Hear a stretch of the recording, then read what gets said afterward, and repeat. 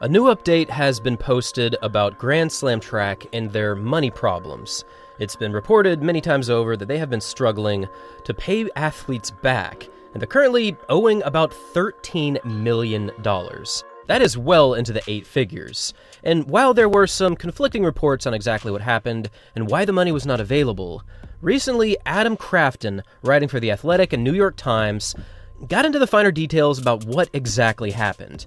Now, I'm going to quote from his article here, which I'll make sure to link down below, but he said that despite Grand Slam Track claiming in a press release in June of 2024 that it had secured over $30 million, sources close to the league now concede that they had at that stage received only $13 million, with lead investors Winners Alliance having an option but not an obligation to advance a further $19 million. Now, during this stage, they didn't even have half of what they claimed they fully had secured, as $13 million is not even 50% of $30 million. That's some solid math for you.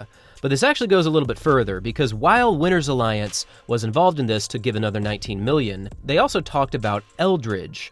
So here, Adam Crafton states that it did have a preliminary non-binding signed term sheet with Eldridge, which, if completed, would have seen the fund close a deal. And this was set to take place around April 1st. And if this deal did close, it would put in a further $30 million, and there would also be an additional $10 million later in 2025. However, and this is really the key part of the entire financial situation, this did not complete on time, and the entire reason that this didn't go through is because Eldridge officials were actually in attendance in Kingston, Jamaica for the opening Grand Slam Track meeting, and unfortunately, the stands were just not even close to full enough for this to be a real spectacle. Imagine going to an all-star game in football or baseball and seeing the stands like this. This clearly would scare investors, this clearly would take many people out of such an agreement, and I honestly can understand from a strictly numbers standpoint. Now, I'm still not exactly sure why there weren't more people in the stadium. There were people on one side, but to have an entire half empty is just not a good look. So the story goes that after Eldridge officials attended the underwhelming debut meet in Kingston, the fund informed Grand Slam Track it would not be investing in the league. Now, this is super troubling because it seems as though Grand Slam Track knew pretty early on that the funding just wasn't there, which meant that the payments to the athletes wouldn't be possible, and other financial obligations such as appearance fees and venue fees would also be very difficult to pay. It seems as though there was a lot of hesitation from Grand Slam to really acknowledge this reality, and perhaps they thought that they could get another investor in on time and pay the athletes back in accordance with their agreement. But this is a super risky and super troubling thing to read, and honestly, it does not put Grand Slam Track in strong standing. I am curious as to what would have happened had the Philadelphia meeting been first, because that was a very well-attended meeting and it seemed very exciting. The performances were pretty solid. I do wonder if that would have been the best step forward.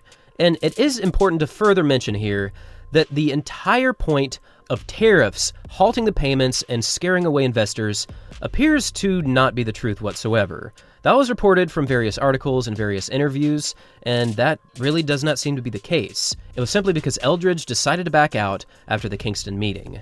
It still is remaining to be seen exactly what will happen with Grand Slam in 2025 and forward in 2026.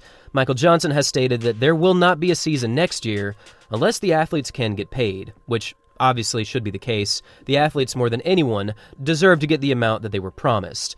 But I still do think that there is a possibility there could be a future. They are not in a good position at the moment, but moving into next season, we will have to wait and see what happens. And now I'd love to hear from all of you. What do you take away from this entire situation? What do you take away from Grand Slam's reporting of the situation? And what do you think about Eldridge ultimately backing out? Thanks for watching, everyone.